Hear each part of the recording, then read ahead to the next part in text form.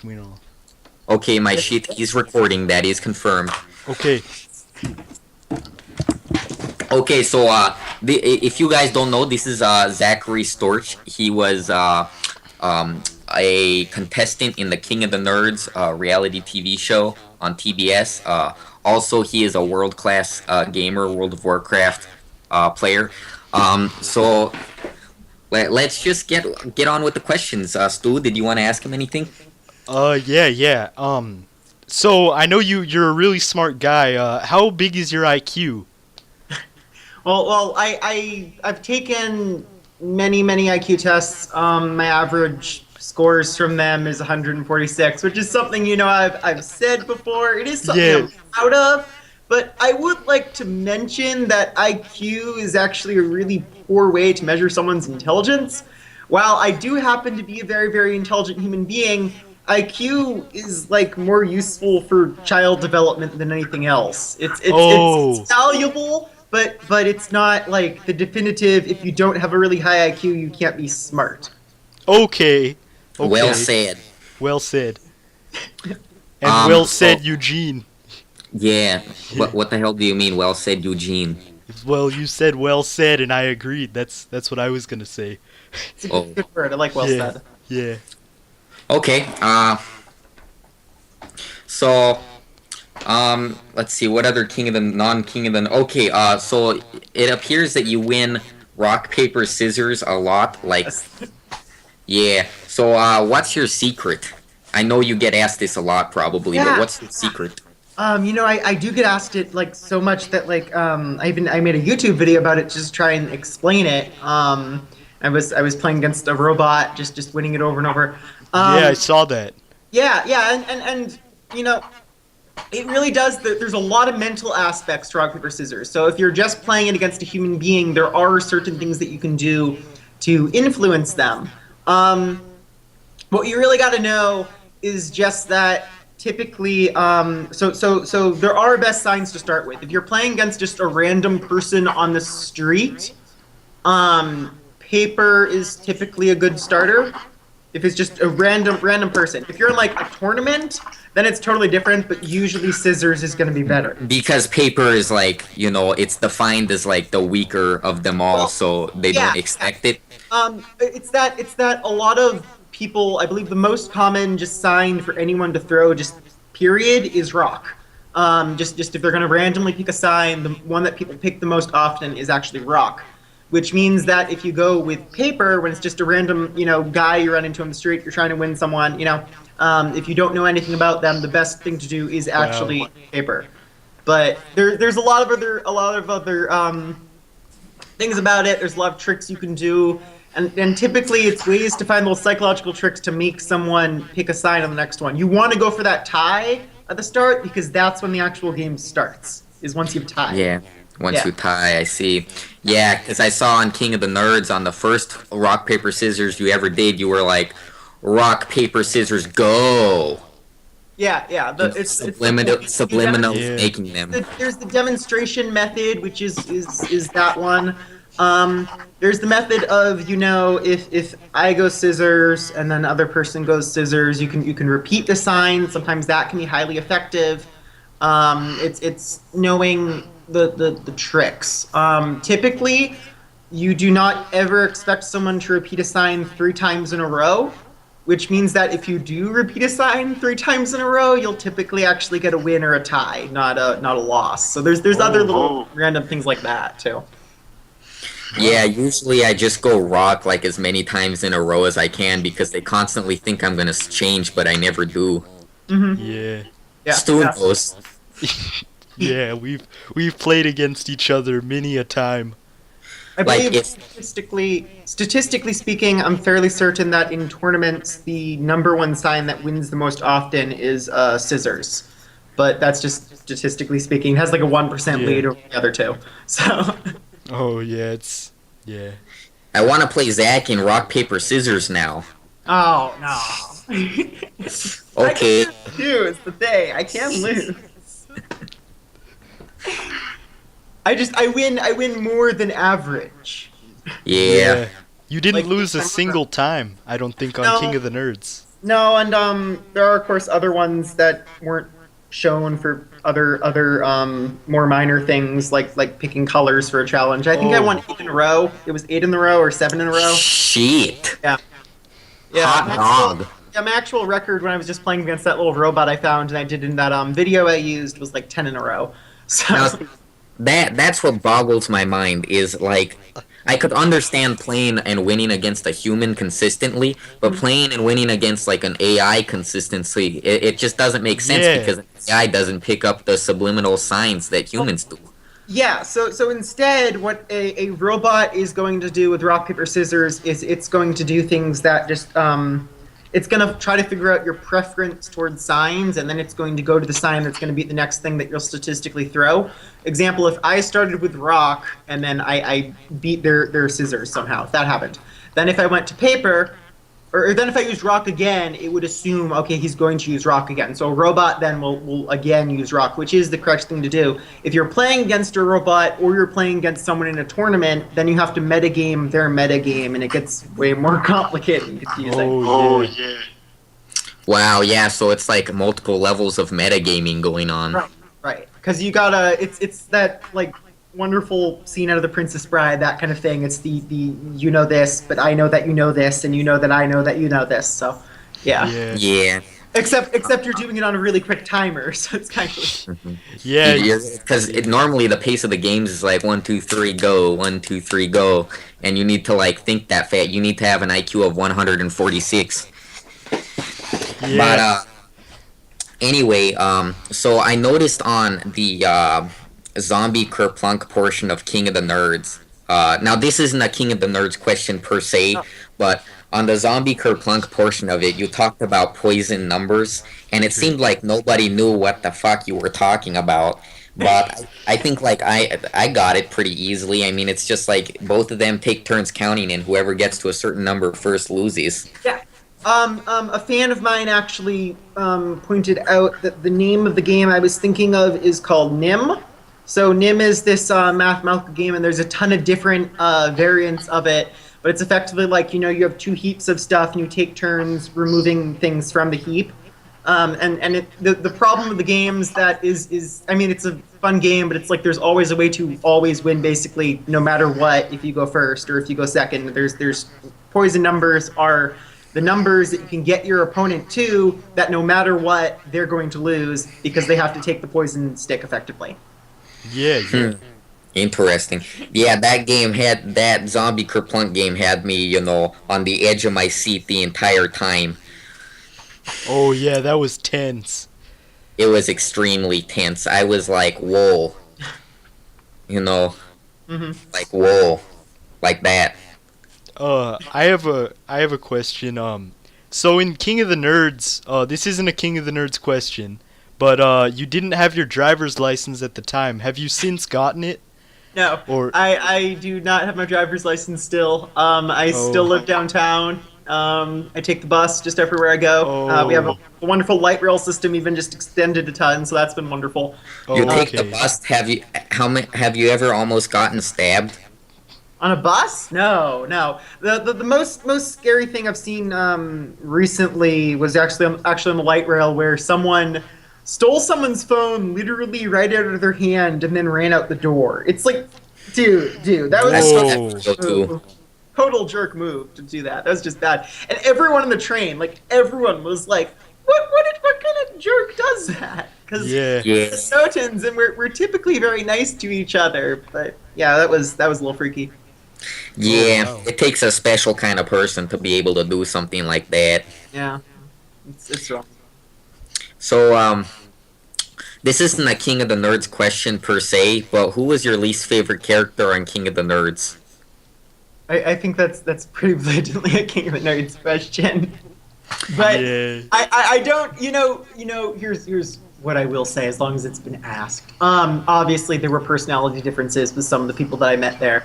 But by and large, I actually really like everyone that I met there. Really, really cool people. Okay. So, there were clashes because there's going to be clashes. Yeah. But I would like to shy away from. You. Okay, Stu, do you have a question? Well, I just have a comment. The way your team was treating you in some of the earlier episodes, that was unacceptable. You know, I was screaming at my screen quite literally. Yeah, me too. I was like, who the hell? Where do they get off? That's what I was saying. Stuff like that. Like, where Yeah, do they get off? I laughed because I was thinking of a moment. We were actually watching it together, and when I was just yelling at the screen, he was looking at me like, "What is wrong with him?" You know. But And then I realized what was going on, and I that's was like, what do genuine they get off? emotion, you know. So, do you have a question, Eugene? Yeah. So basically, my question is, do you still play World of Warcraft? Yeah. I'm still a very big World of Warcraft player. My really big accomplishments are all back in World of Warcraft Cataclysm. That's when I was like a top 25 player for my spec, globally. So, in Cataclysm, I was one of the top pure warriors on the entire planet. Wow. So yeah.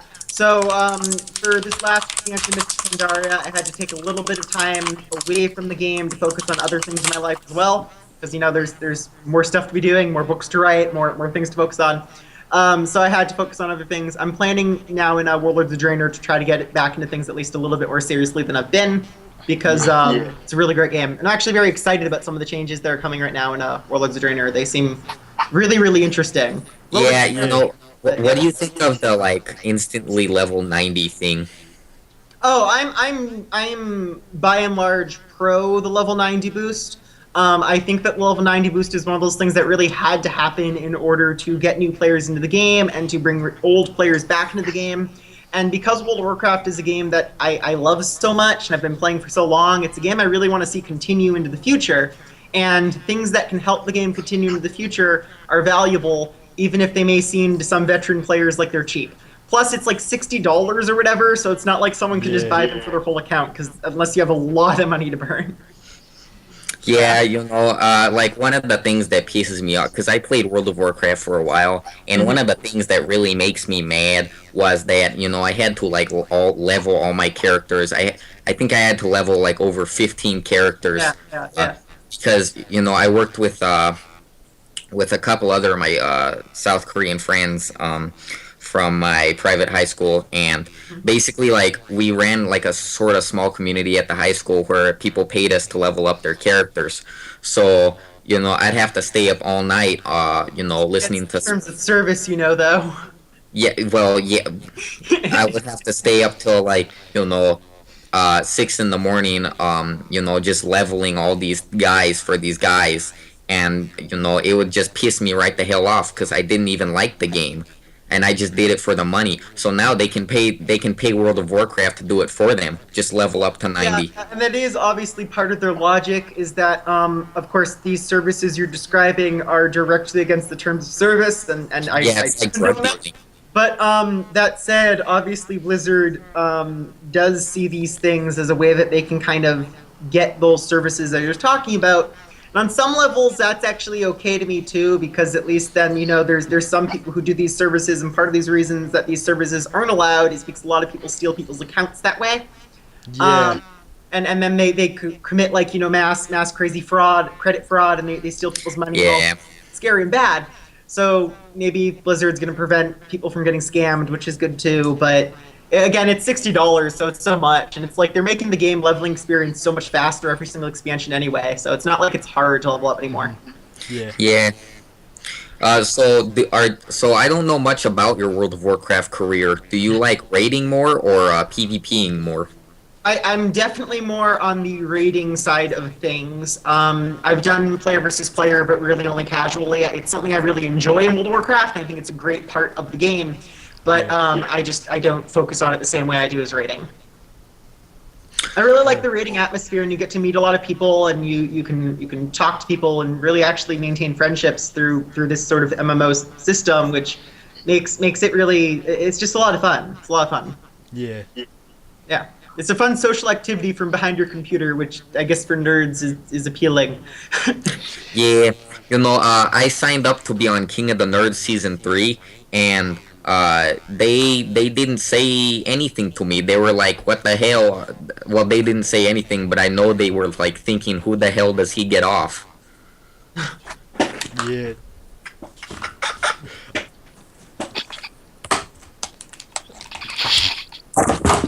What? Oh man. Where'd he go? Anyway, I don't know. Eugene? Stu, Yeah. did you see 9gag recently? No. But let's focus on the thing. So Okay. I have another question. I saw you did a review of the game Wild Star. Oh yeah, yeah. Have you been playing that lately still? Or is I haven't been playing it since the initial trial period. I basically got the month of subscription with the game, and then I've stopped playing it since. From what I can tell, the criticisms I had about the game haven't changed. I will say that I think it's a really, really good game, and if it is just the kind of thing you're going for, I think it's a great, great game to play. It's really, really fun. There's a lot of action and movement, and it feels really good. It just doesn't have the rotational depth that's really what's appealing to me about MMO video games, where it's this you're reacting based on like the buttons too, and that's something that's really fun for me. WildStar has reacting more heavily based upon movement and the enemy, which is great for a lot of players, and a lot of people want that kind of gameplay. I'd prefer to have a mix of reacting to my buttons and reacting to the enemies, which is what World of Warcraft kind of style things give you. yeah. Yeah. They make sense, you know. Yeah. So, Stu, do you want to say it's you could see how hard it is, like, to think of questions, you know, that don't relate to King of the Nerds, because like that's like LeBron James, you know, saying that you can't ask any basketball related questions. Yeah. But anyway, we'll make do. You're still a really interesting person. So what other hobbies do you do besides World of Warcraft? I know you like to write. Yeah, yeah. Oh, So yeah. I'm basically constantly writing some sort of novel. I'm well into my third one right now. Actually working to get something out there relatively soon. Should have details on that in the near future. It's gonna be pretty cool. But yeah, I write, primarily sci-fi, fantasy, young adult sort of books is what I like. I write older adult things too, I suppose, because I've written. The one I'm working on right now is sort of, I suppose, falls into the young adult genre, but I think it would be enjoyable by everyone. First thing I wrote was very young adult fantasy. Second thing, this previous project that now I'm putting behind me for a little while was a paranormal science fiction that was probably more adult than young adult. But okay. yeah. I see. Yeah. So, do you say so? You like writing sci-fi more than fantasy, or you'd say it's 50-50? I really like them both, and one of the things that I'm always very interested in within fantasy is when it kind of has that little sci-fi fusion in there, or when we see magic being looked at as a technology. I think that's always really interesting. Oh. It's something I really like. It's something that's in a lot of the fantasy worlds I enjoy. There's magic being looked at as a technology, so that's cool. But yeah, I like both of them. I have a couple of projects that I'm planning to be writing in the future that are not sci-fi or fantasy, more just sort of grounded, like non-magical fiction stories. So I'll write those too. But I just like writing. It's something Yeah. I really enjoy doing. Wow. Yeah, I've always wanted to get into writing, but I just have a certain style of writing that's kind of too autistic. If that makes any sense. It doesn't fully, but what I will say is just that, like, so when I started writing, I knew I liked it, but I was terrible at it.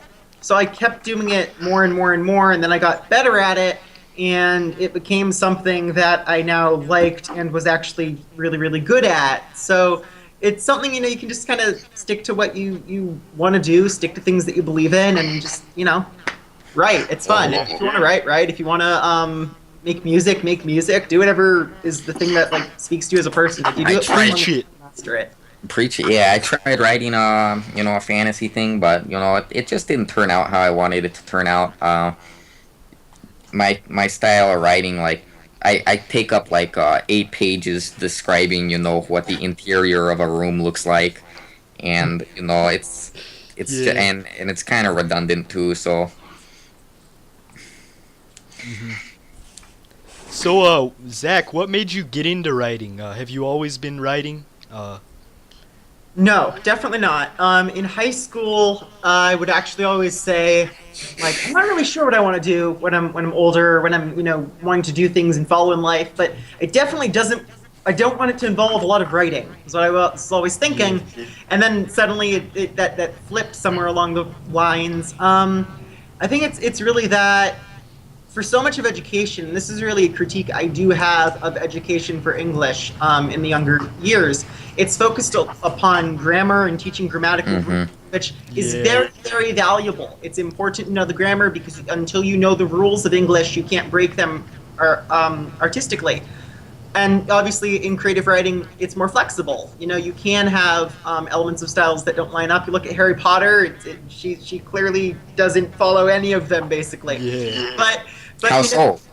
so when I really started liking writing in school, it's when we started getting to analyzing fiction more. We started reading, interesting stories, reading Frankenstein and talking about it in class, and it wasn't just learn these grammatical rules and here's how you spell things. Yeah, I am going to say the way you learn to spell things, by the way, isn't with those silly spelling lists. It's by just spelling things again and again and again, and then eventually Wikipedia. you'll be right clicking in your Word document so many times to correct it. And you're Yeah. gonna look for the correct spelling eventually, so you don't have to right click it. And that's just how I learn spelling words. That's true. Hold on. Stu, did you want to ask him something real fast?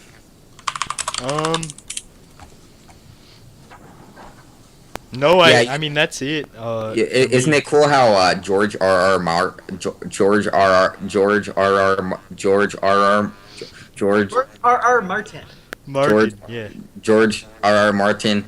Isn't it cool how he still uses a DOS machine? He does? I didn't know that. Yeah, he still uses it to write all of his things because, like, he said that's what he used forever, and he just got used to it. And he doesn't like the autocorrect because when you're writing Game of Thrones, there's lots of things that are gonna oh, do you mean this instead of this? And he Yeah. says that just annoys him.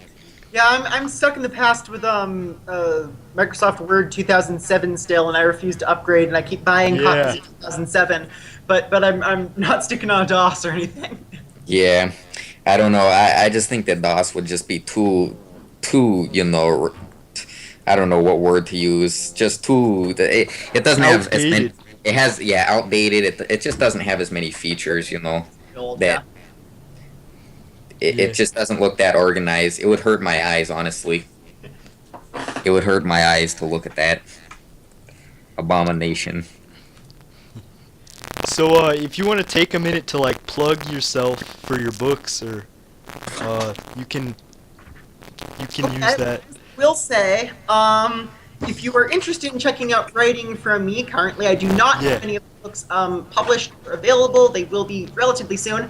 If you would like to see other more experimental sort of things, you can check out projectiononpaper.com. That is my website. I have a ton of poetry and some short stories up there. It's really interesting stuff. I've gotten positive feedback despite personally not liking everything that's up there. Yeah. A lot to read it too.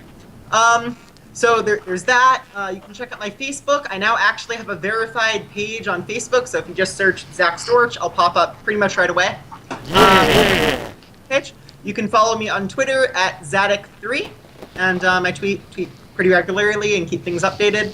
And if you just search Zadok1 on YouTube, you can also find my channel where I have things that I update regularly as well. Oh, cool.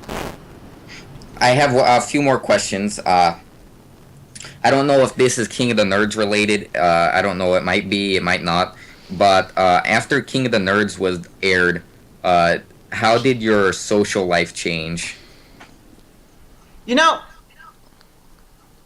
So I've always been a moderately introverted person in that definitely I recoup and I get my energy when I'm alone, but that I've always also been the kind of person who likes hanging out with people. I like people, talking to people is fun, going to parties can be fun, having gatherings and my Pokemon club that I love on campus, all those things. It's fun.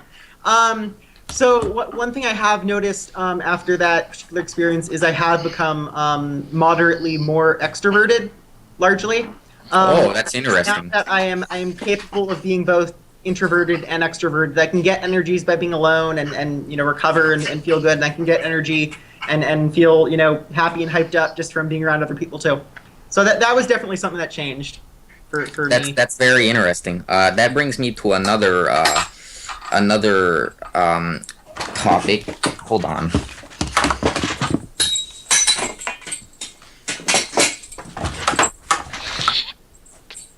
What's he doing? I don't know.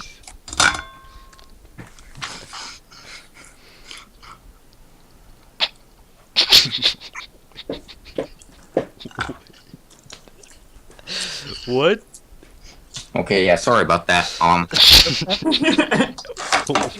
Was that chicken? Trying to make the Leroy Jenkins reference. Yeah, a little chicken, but Yeah, there we go, Leroy Jenkins reference. at least I have chicken. But yeah. So that brings me to another topic. What do you score as on, or place as rather, on the Myers-Briggs test? Oh, I have an INFJ personality type. Pretty strongly.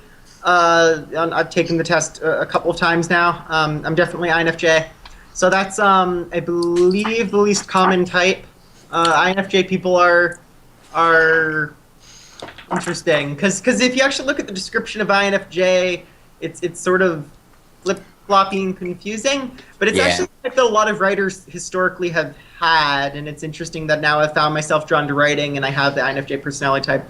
And I mean, at least for me personally, I do think that the Myers-Briggs personality test is actually a moderately good personality test as far as they go. It's pretty. I think it might be the best one.